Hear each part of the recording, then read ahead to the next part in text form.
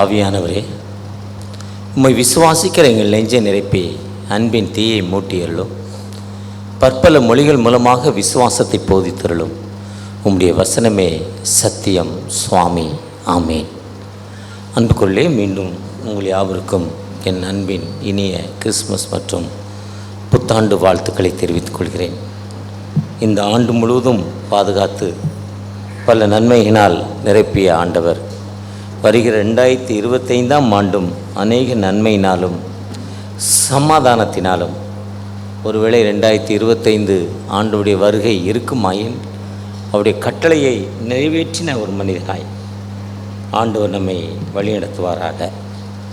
இந்த நாளில் விசேஷமாய் வேத வசனம் படித்து அதை பெற்றோர்கள் ஊக்குவித்து பிள்ளைகளை திருச்சபையில் சொல்ல வைத்து பரிசு வாங்கின அன்பு பிள்ளைகளை வாழ்த்துகிறேன். அதே மாதிரி எக்ஸாம் எழுதின அன்பு சகோதர சகோதரிகளை வாழ்த்துகிறேன். ஒரு சிலர் ரொம்ப திறமையாக இருப்பீங்க, நமக்கு ப்ரைஸ் கிடைக்காதுன்னு ஒரு சிலர் எக்ஸாம் எழுத மாட்டாங்க பயந்து. ஒரு சிலர் ஃபஸ்ட் ப்ரைஸ் தான் வாங்கணுங்கிறதுக்காக எழுத மாட்டாங்க. இப்படிலாம் இருக்கிறப்போ இருந்தாலும் தன்னை ஆண்டுடைய சரி கிடைக்குதோ கிடைக்கல கொடுத்த அந்த வேலையில் நம்ம சரியாக செய்கிறப்போ ஆண்டவர் நம்மை உயர்த்துவார். எக்ஸாம் ப்ரைஸ் என்பது உலக பிரகாரம் நம்மை கௌரவித்து நம்மை ஊக்குவிப்பது, நம்ம இன்னும் டெவலப் பண்ணுவது. ஆனால் ஆண்டவர் நமக்கு ஒரு ப்ரைஸ் ரெடியாக வச்சுருந்துருக்கார். வாழ்க்கையில் கல்வி எஜுகேஷனை கொடுத்துருக்கிறாரு, நல்ல கணவன் மனைவியை கொடுத்துருக்கிறார், நல்ல பிள்ளைகளை கொடுத்துருக்கிறார், நல்ல சமூகத்தை கொடுத்துருக்கிறார், நல்ல திருச்சபை நாயர்கள் தலைவர்களை கொடுத்துருக்கிறார். இதெல்லாம் நம்ம ஆண்டவர் கொடுத்த பரிசு. அதனால் ஆண்டவர்கிட்ட நம்ம எப்போவுமே சந்தோஷத்தோடு செல்வோம். மீண்டுமாய் உங்களை வாழ்த்துகிறேன். இந்த நாளில் விசேஷமாய் ஒரு அருமையான நல்ல தலைப்பு, சங்கீதம் 80, மல்கியா 4:1-6, ரோமர் 15:4-13, லூக்கா 21:25-33, அருளுரை வசனங்கள் 1 தீமோத்தேயு 6:13-14, மல்கியா 4:1-25. ஆண்டுடைய வருகையை பற்றி சொல்லும் ஒரு காட்சி. ஆண்டுடைய வருகை எப்படி இருக்கு? நடுவான்னா எவ்வளோ தூரம் தெரியல, நமக்கு மேலே ஒரு குறிப்பிட்ட 12,000 அடி 13,000 அடிக்கு மேலே பறந்துக்கிட்டு இருக்கு ஃப்ளைட்டில் ஏறி உட்காந்துன்னு அந்த இறங்க போகிற நேரத்தில் முன்ன ஸ்டார்டிங்கில் சொல்லுவாங்க. இப்போ ஸ்டார்டிங்கில் சொல்கிறதில்ல, இறங்குறதுக்கு ஒரு 1/2 ஹவருக்கு 10 நிமிஷத்துக்கு முன்னால் சொல்கிறாங்க, இவ்வளோ ஹைட்டில் இவ்வளோ டிஸ்டன்ஸில் போய்கிட்டு இருக்கிறோன்னு. ஒருவேளை வெளிநாட்டு ஃப்ளைட்டில் போனால் அதில் ஏரோ இருக்குது, அந்த ஏரோ பார்த்து இவ்வளோ ஹைட்டு இவ்வளோ டிஸ்டன்ஸு இந்த கடலுக்கு மேலே போய்கிட்டு இருக்கு நம்ம தெரிஞ்சுக்கிறோம். இதே மாதிரி ஒரு ஃப்ளைட்டு பறந்துக்கிட்டு இருக்கு. கிட்டத்தட்ட ஒரு பெரிய ஃப்ளைட்டு 350 பேர் போகிற போயிங் விமானம் பறந்து கொண்டிருக்கு. பின்னணி தீவிரவாதிகள் எழும்புகிறாங்க. கையில் AK-47 நவீனமான துப்பாக்கிகள் வச்சுருக்காங்க. சுற்றுவோம், யாரும் அசையக்கூடாதுங்கிறாங்க. இப்போ எந்த ஹெல்ப்பும் அவங்களுக்கு வர முடியாது. ஏன்னா அவங்களுக்கு பூமியிலேருந்து எந்தவித சப்போர்ட்டும் மேலே வராது. எல்லோரும் துடித்து கொண்டிருக்காங்க, யாரும் அசையக்கூடாது, உட்காரக்கூடாது, அவங்கள மிரட்டுறாங்க. அப்படி அவங்க எல்லோரும் மிரண்டு பயந்து போய் இருக்காங்க. ஒரு குழந்தை மட்டும், ஒரு 6 மாத குழந்தை ரொம்ப அழகாக பாடுது, டான்ஸ் ஆடுது. இப்போ ஒரு முதல்ல வாங்கின குழந்தை அதுவே கை கொடுத்துட்டு போச்சு. ஒரு பையன் எல்லோரும் பார்த்தோன்னே பார்த்து ரொம்ப சந்தோஷப்பட்டோம். அதே மாதிரி அந்த குழந்தை ரொம்ப சந்தோஷமாக விளையாண்டுட்டு இருக்கு. அது தீவிரவாதி AK-47 இல்லை அடுத்து ஃப்ளைட்டு விமானம் என்ன நடக்க போதோ, நமக்கு என்ன நடக்குமோ என்பதை பற்றி கவலைப்படாமல் அந்த குழந்தையானது பறந்து சென்று கொண்டிருக்கு. இதே தான் வாழ்க்கை. இந்த உலகம் என்பது இப்போ கடலூர், நேற்று நான் கடலூர் அந்த திருச்சி, நான் நேற்று மதுரை போய் மதுரையில் மத்தியானம் மதுரைக்கு போயிட்டு ஈவினிங் மதுரையிலேருந்து கிளம்பி இரவோடு சென்னைக்கு வந்தேன்.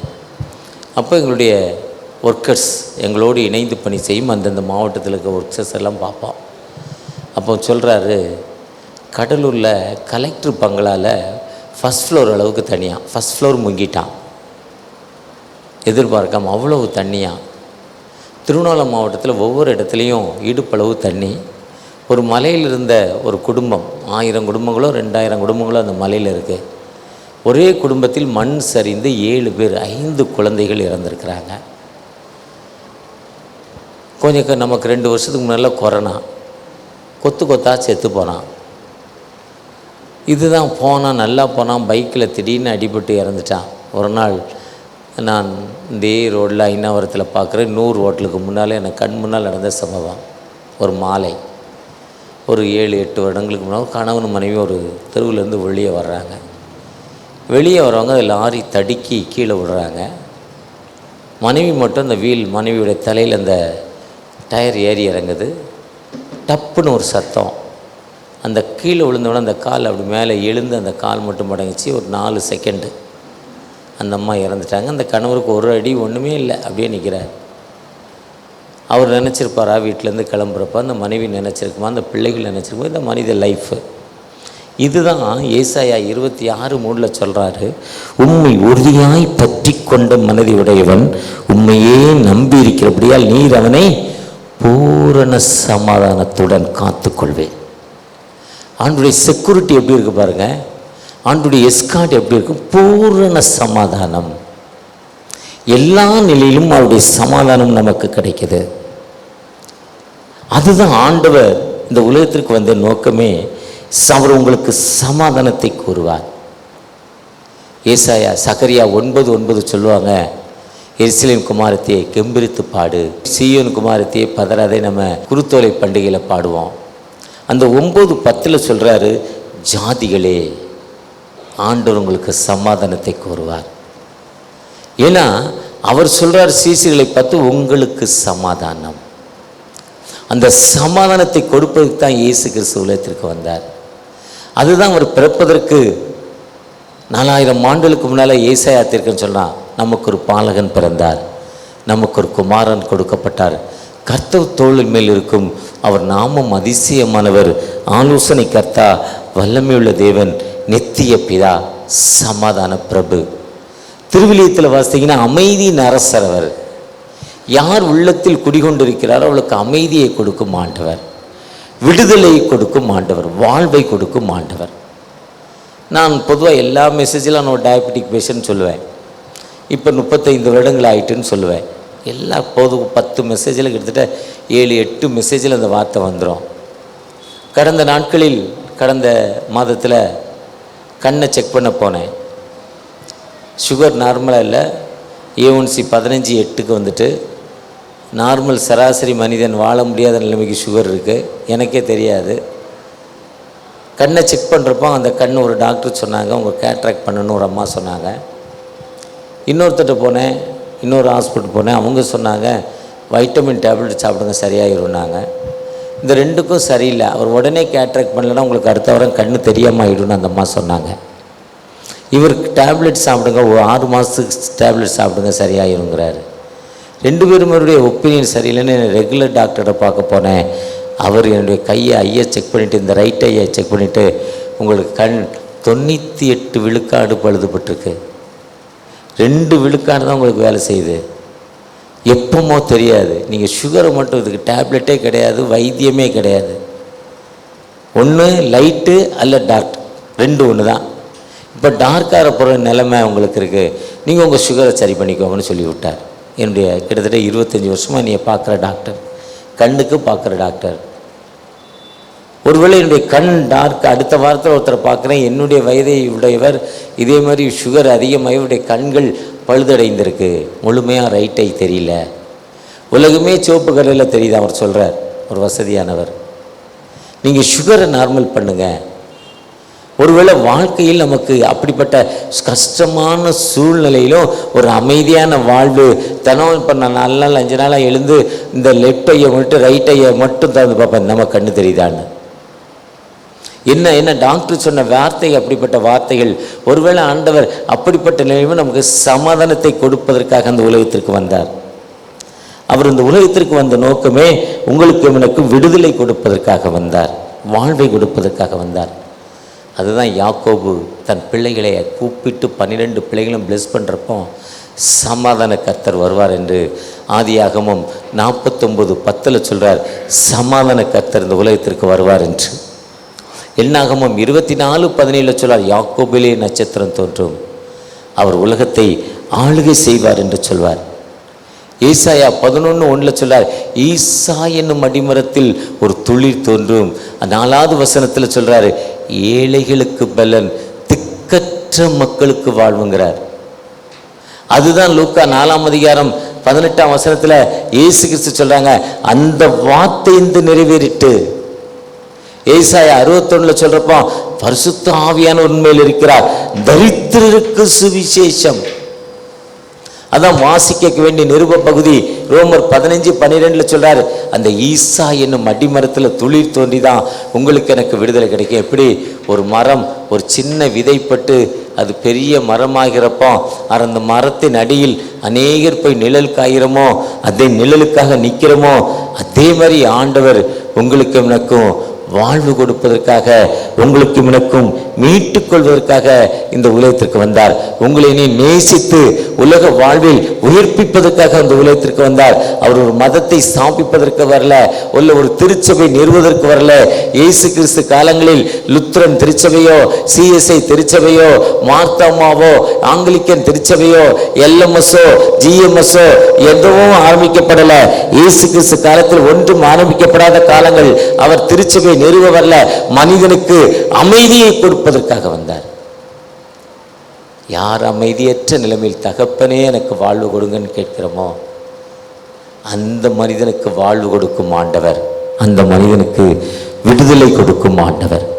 கானானிய பெண் 15ஆம் அதிகாரத்தில், மத்தேயு 15ஆம் அதிகாரத்தில் கானானிய பெண், son of David please help me, எனக்கு இறங்கும், எனக்கு இறங்கும், எனக்கு இறங்கும் என்று அந்த கானானிய பெண் அழைக்கிறப்போ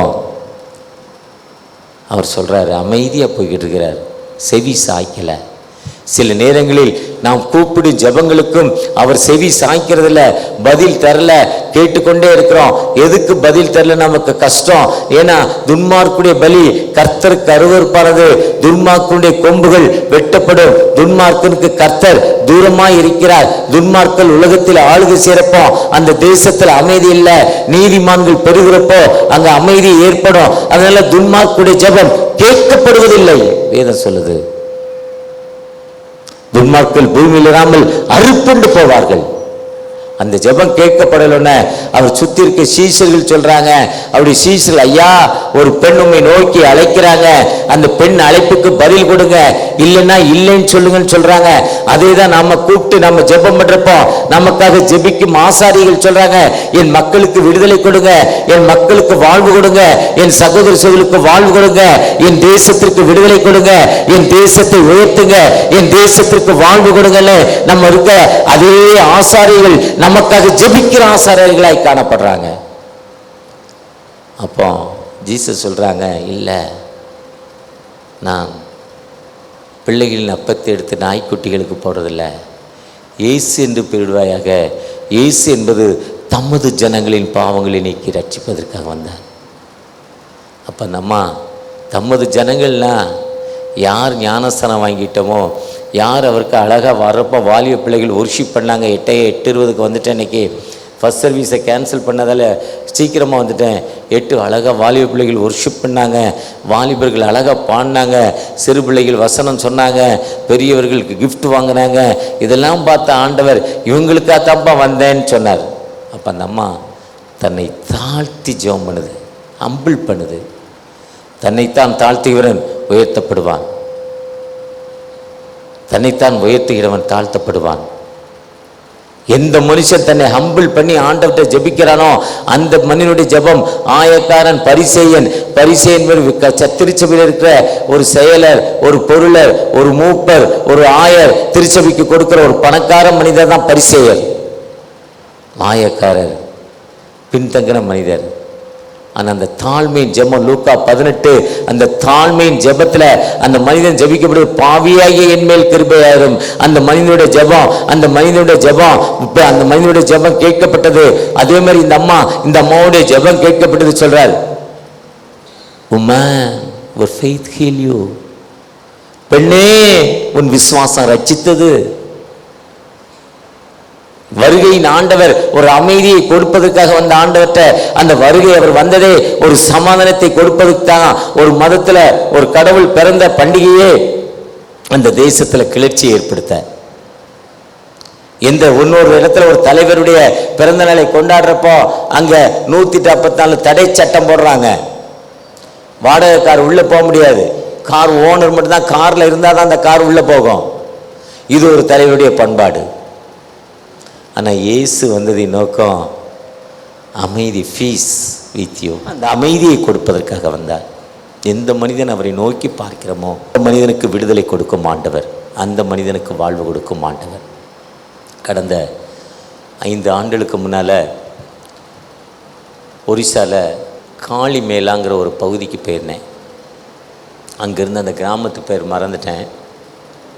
18 கிலோமீட்டர், மெயின்லேருந்து 18 கிலோமீட்டர், 2.5 மணி நேரம் ட்ராவல். கரெக்டாக 2 மணி நேரம் 35 நிமிஷம் ட்ராவல்.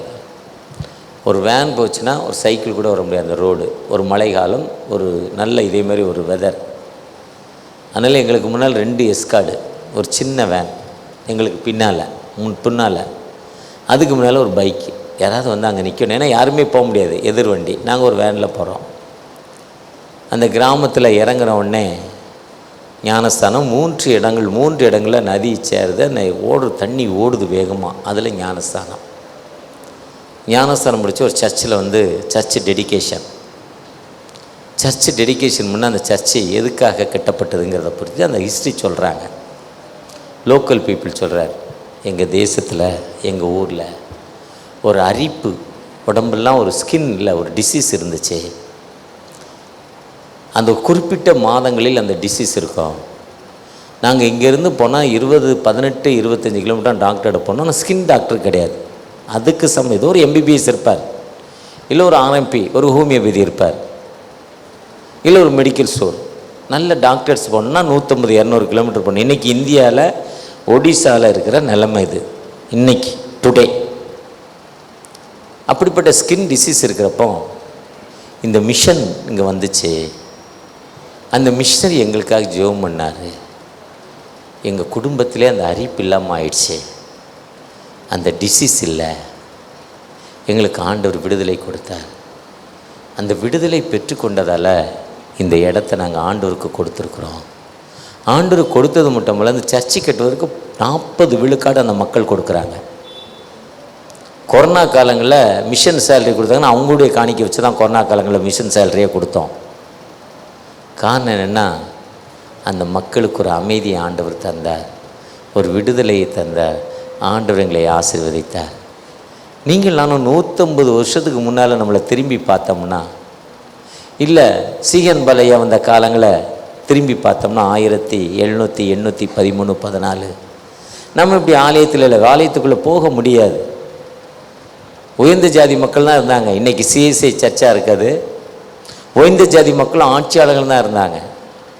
எல்லா மக்களும் ஆராதிக்க வேண்டும் பெரிய நோக்கத்தோடு கட்டப்பட்டதான் லுத்தரன் திருச்சபை.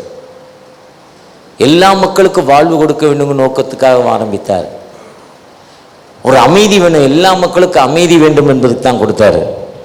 ஒருவேளை அந்த அமைதியை கொடுப்பதுக்கு தான் ஆண்டவர் இந்த உலகத்திற்கு வந்தார். அவர் வந்ததின் நோக்கம் அந்த அமைதியை வாரும் ஆண்டவரே, பரிசுத்த ஆவியாரே, நாங்கள் வாரும் ஆண்டவரே என்று நாம் அவரை நோக்கி அழைக்கிறோம். அந்த ஆண்டவற்ற இந்த வருகையின் காலங்களில் நாம் அந்த அமைதியை பிறருக்கு கொடுக்கிற மக்களாய் காணப்படுகிறோமா? அந்த அமைதியை நாம் பிறருக்கு கொடுக்கிற மக்களாய் காணப்படுகிறோமா? அப்படிப்பட்ட அமைதியை நாம் ஆண்டவர் நமக்கு தேடுகிறார். நம்ம பிறருக்கு கொடுக்கிற மக்களாய் காணப்படுகிறோமா? வாழ்நாளை எல்லாம் வீணாளாய் வருத்தத்தோடே கழிப்பது ஏன்? வருவாய் தருணம் இதுவே அழைக்கிறாரே வல்ல ஆண்டவர் இயேசு வண்டை. ஆண்டவருடைய வருகையே இந்த உலகத்திற்கு வந்த நோக்கமே அமைதியை கொடுப்பதுக்காகத்தான். அதுதான் மேசியாவே, இரட்சகரே, விடுதலை நாயகனே. அந்திரேயா சொல்கிறப்ப யோவான் 1 மேசியாவை கண்டோம், விடுதலை நாயகரை கண்டோம் சொல்கிறார். யோவானில் அந்த அம்மா சமாரிய பெண் சொல்கிறப்போ மேசியா வருவாருன்னு சொன்னாங்க. நீங்கள் தான் அந்த மேசியாவா? நீங்கள் தான் அந்த இரட்சகரா? இன்னைக்கு ஒரு கூட்ட மக்கள் மேசியா வரலன்னு இஸ்ரேல் தேசத்துக்கு போனால் நம்முடைய தேவாலயம் இருக்கிற இடத்துல ஒரு கூட்ட மக்கள் அழுதுகிட்டு இருக்காங்க. அழுகையின் சுவர், கிரையிங் வால். எருசலேம் தேவாலயம் இந்த இடத்துல ஒரு பெரிய பகுதி முகமதியர் கையில் இருக்குது, இஸ்லாமியர் கதையில் இருக்குது. ஒரு 75-80 விழுக்காடு, 20 விழுக்காடு மட்டும் நம்மகிட்ட இருக்குது. அது பரிசுத்த பூமிங்கிற சொல்லப்படுகிற அந்த 20 விழுக்காடு நம்மகிட்ட இருக்குது. அதுக்கு வெளியே இருந்து அந்த மக்கள் ஆராதிக்கிறாங்க. 2 பார்ட், ஒரு சைடு பெண்கள், ஒரு சைடு ஆண்கள். பெண்கள் தான் அந்த ஆண்கள் தான் அந்த பரிசுத்த பூ போக முடியும், பெண்கள் போக முடியாது. அந்த அழுகையின் சுவரில் ஒரு நூல் வச்சுருக்காங்க, இந்த ஒரு புத்தகம் வச்சுருக்காங்க, தோரா என்று பெயர். தோரா என்பதற்கு ஆதியாகமும், யாத்ராகமும், லேவியராகவும், எண்ணாமும், உபாகமும் 5 ஆகமங்கள் சேர்ந்ததான் தோரா. அந்த தோரா புத்தகத்தை தோரில் எழுதி மடித்து வச்சுருக்காங்க. அங்கே போகிறவங்க அதை எடுத்து வாசிக்கிறாங்க. மேசியாவே சமாதான கர்த்தரை எப்போ வருவீங்கன்னு வாசித்து இன்னும் முட்டி அழுகிறான். பார்த்திங்கன்னா சேர் போட்டிருப்பாங்க, சேரில் உட்காந்து அந்த போனவங்களுக்கு தெரியும், பார்த்தவங்களுக்கு தான். அநேகர் போயிருப்பீங்க, மெயின்லைன் சர்ச்சு எல்லாம் ஓரளவுக்கு வசதியானவங்க தான், ஓரளவுக்கு எல்லோரும் போயிருப்பீங்க. ஓரளவுக்கு ஒரு 40-60 விழுக்காடு அது போயிருப்பீங்க. இன்னும் மேசியாவே வாங்கன்னு இடித்து அழுதுகிட்டு இருக்கான். ஆனால் அவர்கள் நினைக்கிற மீட்பர் ஏசியா 2025 ஆண்டுகள் முடிந்து விட்டது. இது சரித்திரம், ஹிஸ்ட்ரி. ஏன்னா அவர் வருவதற்கு ஏற்ற காலம் அதிதின் காலத்தில் நேர்த்தியாய் செய்திருக்கிறார். எதுக்கு 2000 வருஷங்களுக்கு முன்னால் வந்தார்னா, இந்த உலகத்தில் நான் பேசுகிற தமிழ் கன்னடத்து மக்களுக்கு புரியணும், இன்னொரு ஜாதிக்கு புரியணும், அந்த மொழி ஒன்றா வரணும், அந்த மொழி புரியணுங்கிறதுக்கு தான் காத்திருந்தார். அதுக்கு அலெக்சாண்டர் உலகத்தை ஆண்டார். அவர் எங்கே போனாலும் ஜெயிச்சுட்டு அந்த தேசத்து கொடி அங்கே நட்டிட்டு போயிடுவார். அவர் ஆட்சி உரிமை அவ்வளோதான், கொடியை நாட்டிட்டு போயிடுவார். அந்த மொழி இணைக்கப்பட்டு தான் மக்கள் அறிவு பெற வேண்டும் என்று ஷேக்ஸ்பியர் போன்ற மக்கள் இந்த உலகத்திற்கு வந்தாங்க. வாலிபனே எழுந்துரு, மூடத்தனத்தில் வாழாத. யுவான் சாங் போன்ற அதிக அறிஞர்கள் இந்த உலகத்திற்கு வந்தாங்க. ஏற்ற காலம், போக்குவரத்து வசதி வேணும். அப்படி சுவிசேஷம் எல்லா மக்களுக்கும் மிகுந்த சந்தோஷம். Great joy to the nation, லூக்கா 2ஆம் அதிகாரம். எல்லா மக்களுக்கும் அவர் பிறந்த சுவிசேஷம் அறிவிக்கப்பட வேண்டும். அதற்கு ஏற்ற காலங்கள். அந்த அலெக்சாண்டர் உலகெங்கும் போகிறதுக்கு ரோடு அமைச்சார், பாலங்கள் போட்டிருப்பார் கடந்து வர்றதுக்கு. அந்த ஏற்ற காலங்கள் அமைவதற்காகத்தான் இயேசு கிறிஸ்து அதிதின் காலத்தில் நேர்த்தியாய் செய்திருக்கார். காலம் சமீபித்த போது ஒரு கன்னியின் வயிற்றில் அவர் உற்பத்தி பிறந்தார். அந்த காலம் சமீபமாயிற்று. அந்த ஏற்ற காலம், அந்த மேசியா விடுதலை கொடுத்து விட்டார். விடுதலை கொடுப்பதற்கு தன் ஜீவனை மீட்கும் பொருளாய் எப்படி உயிர் வாழ்வதற்கு ஒரு ஆடு மாடு கோழியை கொடுக்குறோம். யாத்ராம் 29ஆம் அதிகாரத்தில் பரிசுத்தப்படுத்துவதற்கு ஆரோனுடைய தலையில் மோசே ஒரு மாட்டை அடித்து இந்த தொளிக்கிறாரு. அதே மாதிரி ஆடு மாடு கோழியை கொடுத்து நீ பரிசுத்தப்படுத்தணும் வேதத்தில் சொல்லுது. ஆனால் தன்னையே ஜீவ பலியாக கொடுத்து பரிசுத்தப்படுத்துவதற்கு தன் ஜீவனை கொடுத்து பரிசுத்தப்படுத்தி இயேசு அந்த மேசியா விட்டார். ஆனால் இனி வரப்போகிற மேசியா ஒரு நியாயாதிபதியாய் வரப்போகிறார். அந்த நியாயாதிபதியாய் வரப்போகிற மேசியாட்ட நம்ம எப்படி இருக்கிறோம்? அந்த மேசியாட்ட எப்படி இருக்கிறோம்? ஒரு நிலாவில் போய் கால் வச்ச மனிதரை சீனாவில் கூப்பிட்டு கூப்பிட்டாங்களாம், கௌரவம் பண்ணுறதுக்கு. சீனாவில் கூப்பிட்றப்போ சீனாவில் போய் அவருக்கு கேடியெல்லாம் கொடுத்துட்டு அங்கே இருக்க விஞ்ஞானிகள் கேட்குறாங்க, மேலே பொனியில் கடவுள் மேலே இருக்கிறாருன்னு சொன்னாங்களே, கடவுளை பார்த்தீங்களா? போனவர் சொன்னார், ஆமாம் கடவுளை பார்த்தேன். போனால் அந்த அறிஞர், ஆமாம் அவங்க சொன்னாங்க எங்களுக்கும் கடவுள் இருக்கிறாருன்னு தெரியும், இருந்தாலும் நாங்கள் சோசியலிசம் கம்யூனிசம் கடவுள் இல்லைங்கிற கொள்கை, கடவுள் இருக்காருன்னு சொன்னால் எங்களை அடித்து விரட்டிடுவான், அதனால் நாங்கள் கடவுள் இல்லைன்னு சொல்லிக்கிட்டே இருக்கோம், கடவுள் இருக்கிறான்னு எங்களுக்கு தெரியும்னு சீனாக்காரன் சொன்னாரான். அதே மனிதரை இத்தாலியில் கூப்பிட்டு கௌரவம் பண்ணாங்களாம். இத்தாலி தேசத்தில் கௌரவம் பண்ணுறப்போ அங்கே இருக்க விஞ்ஞானிகள் கேட்டாங்களாம், மேலே போனீங்களே கடவுளை பார்த்தீங்களா?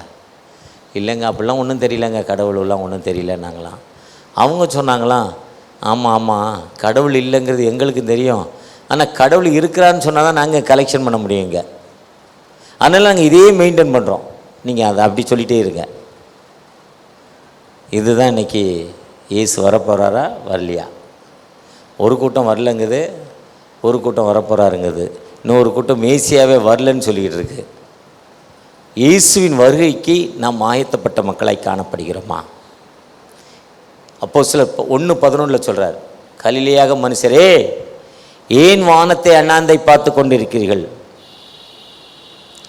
அந்த ஆவி உள்ளவனுக்கு கொடுங்கிறார். இயேசு வந்ததை நோக்க அமைதியை கொடுக்க தான் வந்தார். இருக்கிறத எடுத்து கொடுத்தா அவனுக்கு எப்படிங்க அமைதி இருக்கும்? அவன்கிட்ட இருக்கிறத எடுத்து கொடுத்தா எப்படி அவனுக்கு ஃபீஸ் இருக்கும்? அதை தாங்க இருக்கோம் கேட்டாங்க. இருக்கிறத எடுத்து கொடுத்தாங்க எப்படிங்க அவன்கிட்ட அமைதி இருக்கும்? நீங்கள் என்னங்க தப்பான வேலை பார்க்கியா, வந்த உங்கள் கான்செப்டே மாறுதேங்கிறான்.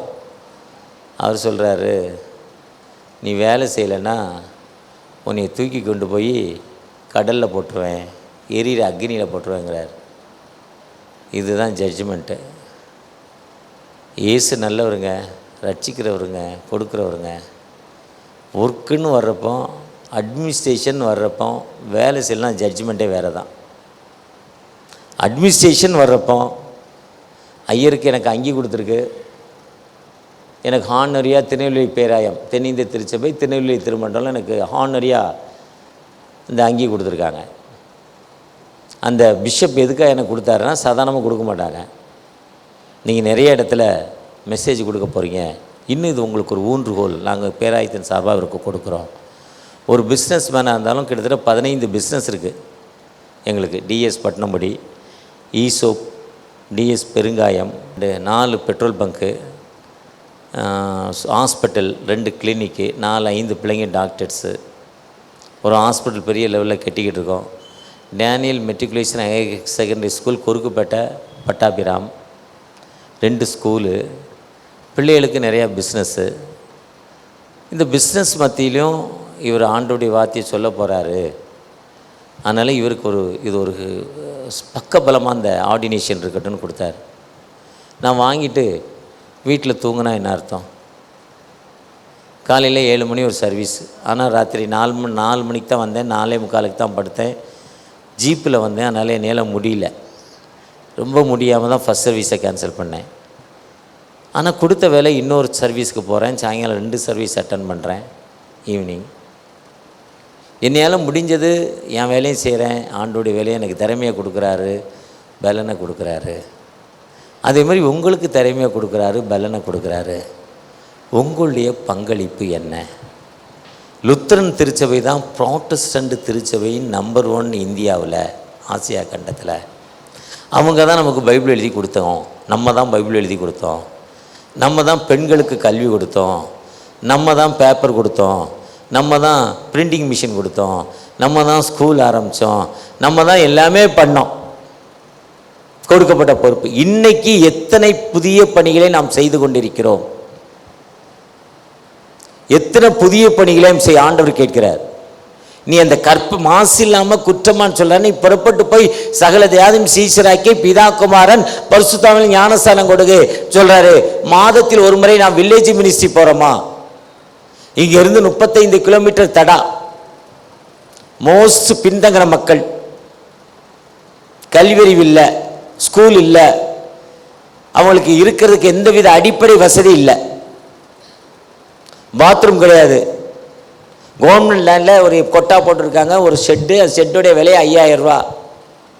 வீட்டுக்கு கதவு கிடையாது. இப்போ கொஞ்சம் பிஷரிகள் போய் டெவலப் ஆகியிருக்காங்க, இப்போ ஸ்கூலுக்கு போகுது அந்த பிள்ளைங்க. இதே மாதிரி ஸ்லம்மு, எவ்வளவு ஸ்லம். வால்டைஸில் ஒரு ஸ்லம் இருக்குது, உள்ளே போனால் பாம்பே மாதிரி அந்த மெயின் ரோடில் நீங்கள் எலிஃபென்ட் கேட் போலீஸ் ஸ்டேஷன் தாண்டி ஸ்டுவர்ட்ஸ் மூலகுத்திரம் வழியில் லெஃப்ட்டில் கேரளா ரோடுவேஸ் தானோன்னு பார்த்தீங்கன்னா ராத்திரி 10 மணிக்கு பார்த்தீங்கன்னா ஒரே இடத்துல பைக்கு அடிக்க ஒரு 10,000 பைக்கை லைனாக விட்டுருப்பாங்க. அவ்வளோ ஜனம் உள்ளே இருக்குது அந்த காவாங்கிற வரையும். நம்முடைய மினிஸ்ட்ரி எப்படி இருக்குது? ஆண்டவர் கேள்வி கேட்குறாரு, உன்னை கொடுத்த தாளந்த 5 கொடுத்தனப்பா, என்னப்பா பண்ண? 10 ஆக்குனியா? ஓகே, உனக்கு நான் 10 ஆக்கினது நல்லது, உத்தமன், உண்மை ஊழியன், சின்சியாரிட்டி அண்ட் ட்ரூத்ஃபுல்ங்கிறார். ஒன்றை வாங்கினவனை வாங்கி எடுத்து போட்டார், அமைதியை கொடுக்கல அவனுக்கு. நமக்கு அமைதி வேணும்னா ஆண்டுடைய கட்டளை நிறைவேற்ற ஆண்டவர் அழைக்கிறார். இன்றைக்கி வலது கைக்கும் இடது கைக்கும் தெரியாத எவ்வளோ பிள்ளைகள் அழிந்து கொண்டிருக்காங்க. ஸ்கூல் கல்வி இல்லாமல், எஜுகேஷன் இல்லாமல், தாய் தகப்பனுடைய ஆதரவு இல்லாமல். திருவண்ணாமலை மாவட்டம் ஜவ்வாது மலை ஜமுனாமுத்தூரில் ஒரு ஹாஸ்டல், என்எம்எஸ் உடைய ஹாஸ்டல் இருக்குது. 6th to 12th ladies school 35 kilometre கிடையாது, அங்கே ஸ்கூல் பக்கத்தில் இருக்குது. அப்பா விட்டுட்டு போயிட்டார், அம்மா விட்டுட்டு போயிட்டாங்க. அனாதை பிள்ளைகள், தாத்தா பாட்டி வளர்க்காங்க. அந்த ஹாஸ்டலில் அந்த பிள்ளைங்க ஸ்கூலுக்கு வர முடியாது. அந்த ஹாஸ்டலுக்கு அந்த பிள்ளைங்க, அந்த ஸ்டேட்டில் அந்த பிள்ளைங்க தான் ஃபஸ்ட்டு. கலெக்டரே அப்படிப்பட்ட 15 பிள்ளைகளை கொண்டாந்து கலெக்டர் கேட்கிறார். திருவண்ணாமலையுடைய கலெக்டர் அங்கே சேர்த்துருக்கிறார். நல்ல ஹாஸ்டல், நல்ல உணவுன்னு. ஏன் நம்ம திருச்சபையிலே ஒரு ஹாஸ்டல் ஆரம்பிக்கலாமே? நமக்கு இஎல்எம் ஸ்கூலை பற்றி முந்தா நாள் சொன்னார். எவ்வளவு அர்ப்பணிப்பான வாழ்வு. இன்றைக்கி நாம் என்ன செய்து கொண்டிருக்கிறோம்? ஆண்டவர் இன்றைக்கி இப்போ வந்துட்டானா என்ன பண்ண போகிறோம்? வாங்க ஆண்டவரே போகலான்னு போகிறோமா? போக முடியுமா? மணவாளன் வர்றப்போ ஆண்டவர் நம்மை கேள்வி கேட்கும் ஆண்டவர். அந்த ஆண்டவரை பார்த்து, தகப்பனே எங்களுக்கு ஒரு வாழ்வு கொடுங்க, எங்களுக்கு கொடுத்த வாழ்வை நாங்கள் பிறருக்கு அறிவிக்கிற மக்களை எங்களுக்கு மாற்றி கொடுங்கப்பா. உம்முடைய கிருபையின் பிரச்சனை எங்களுக்கு தாங்க தகப்பனே, உம்முடைய வழிநடத்தில் எங்களுக்கு தாங்கன்னு சொல்கிறப்போ நிச்சயமாக ஒரு விடுதலை கொடுக்கும் ஆண்டவர், நிச்சயமாகவே அந்த வாழ்வு கொடுக்கும் ஆண்டவர் நம்மிடத்தில் வந்திருக்கிறார். அந்த ஆண்டவர்கிட்ட, தகப்பனே எனக்கு ஒரு உம்முடைய ஊழியத்தை செய்வதற்கு ஒரு நல்ல பலனை தாங்க தகப்பனை நோக்கி பார்ப்போமா? யாக்கோபை போல் போகும் பாதையில், ஆம் தகப்பனே எங்களுக்கு அமைதியை கொடுப்பதற்காக வந்தீங்கப்பா. அமைதி, சமாதானம் கொடுப்பதற்காக வந்தீங்க. என்னை இந்த உலகத்தை படைத்து எல்லாவற்றையும் படைத்து நல்லதுக்கு என்று கண்டு உணவு, காற்று, தண்ணீர் எல்லாவற்றையும் படைத்த பிறகு மனிதனை உருவாக்குனீங்க. வாழ்க்கையில் ஒரு ஏக்கம், தேவை இருக்கக்கூடாது என்ற நோக்கத்தோடு. ஆனால் இந்த நாளில் நாங்கள் ஒரு தேவையோடு இருக்கிறோம் தகப்பனே. என்னுடைய ஆசை நிமித்தம், என்னுடைய பெருமை நிமித்தம், என்னுடைய அக்கிரமத்து நிமித்தம் தகப்பனே நான் எல்லாம் இழந்த நிலைமையில் ஒரு டயபெட்டிக் பேஷண்ட்டாக இருக்கிறேன்ப்பா. என்னுடைய டயபெட்டிக் நிமித்தம் எனக்கு சுகர் அரெஸ்ட் ஆகலை. ஆசை நிமித்தம் நான் சாப்பிட்றேன்ப்பா, வாழைப்பழம் சாப்பிட்றேன், சுகர் உள்ள பாயாசம் குடிச்சிட்றேன். எனக்கு விடுதலையில் நீ ஏக்கத்தோடு ஜெபிக்கிற அந்த அன்பு மகளுக்குப்பா நீங்கள் ஒரு தூயாவுடைய மகிமை மகளுக்குள்ளே இறங்கட்டும். லூக்கா 11ஆம் அதிகாரத்தில் அசுத்தாவி ஒன்று விட்டு புறப்பட்டு போயிடுச்சுன்னா அங்கே ஒரு தூயாவி அவனுக்குள்ளே வந்துடுதுன்னு சொல்கிறீங்க. லூக்கா 10:12ஆம் அதிகாரத்தில் அந்த தூயாவுடைய மகிமை அந்த சகோதரிக்குள்ளே இறங்கட்டும்பா. வேண்டாம்ங்கிற அந்த எண்ணம் அந்த சகோதரிக்கு வரணும் தகப்பனே. இதை நான் இன்னும் சாப்பிடக்கூடாதுன்னு நினச்சேன், இனி சாப்பிட மாட்டேங்கிற அந்த எண்ணத்தோடு அந்த சகோதரி சுகர் நார்மலாகி உமக்கு சாட்சி சொல்கிற ஒரு சகோதரியாய், வருகையின் அமைதியின் அரசனுக்கு அமைதியை கொடுத்தார் என்று அந்த மகள் சாட்சி சொல்லணும் தகப்பனே. தைராய்டு மூலம் தகப்பனே என் உடம்பு கனமாகுது, என் உடல் அதிகமாகுது, பருமன், காலை உணவில்லை, இரவு உணவில்லை, மதிய உணவு மட்டும் இருந்தாலும் தைராய்டுங்கிற வியாதி நிமித்தம் என் உடல் பெருக்கமாக கொண்டிருக்கே, எனக்கு விடுதலையிலேயே ஏக்கத்தோடு ஜெபிக்கிற அந்த அன்பு மகளுக்காக தகப்பனே நீங்கள் மோசைட்ட சொன்னீங்க பேச முடியாதுன்னு சொல்கிறப்போ நான் தானப்பா உருவாக்குறேன்னு சொன்னீங்க.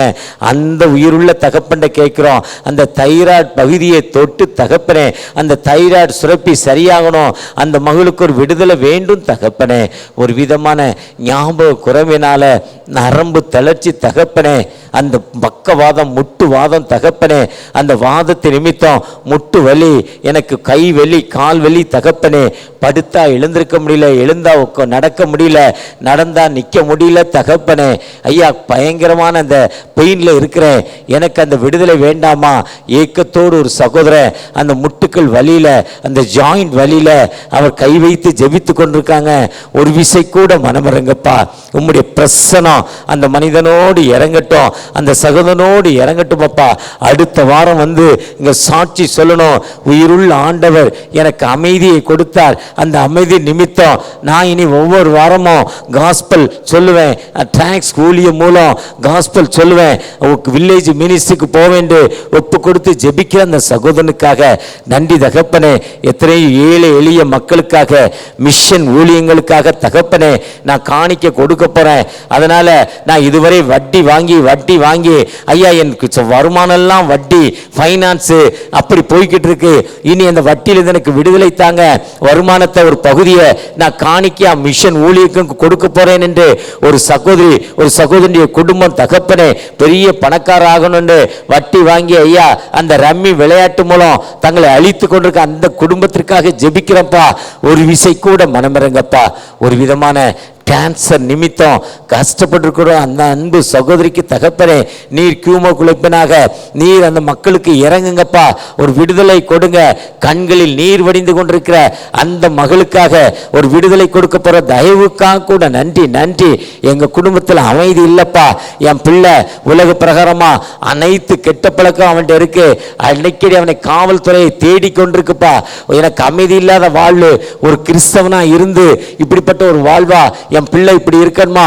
ஏக்கத்தோடு தன் மகனுக்காக, தன் கணவருக்காக, தன் சகோதரனுக்காக ஜெபித்து கொண்டிருக்க அந்த அன்பு மகளுக்கு ஒரு விடுதலை கொடுங்க, ஒரு விடுதலை கொடுங்க. அந்த பிள்ளைகள் மத்தியில உங்களுடைய தூயாவுடைய மகிமை இறங்கட்டும், ஒரு விடுதலை இறங்கட்டும், ஒரு ஆசீர்வாதம் இறங்கட்டும். தகப்பனே, உம்மை நோக்கி பார்த்த முகங்கள் ஒரு காலம் வெட்கப்பட்டு போடும்போதுல நீர் உயிருள்ள தகப்பன் அல்லவா, உம்மை நோக்கி பார்க்கிறோம். ஆசீர்வதிங்க, பாதுகாத்து கொள்ளுங்க, வழி நடத்துங்க.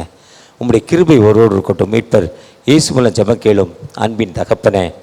அறுவடை மிகுதியாலோ இல்லை, அன்பரின் கதறல்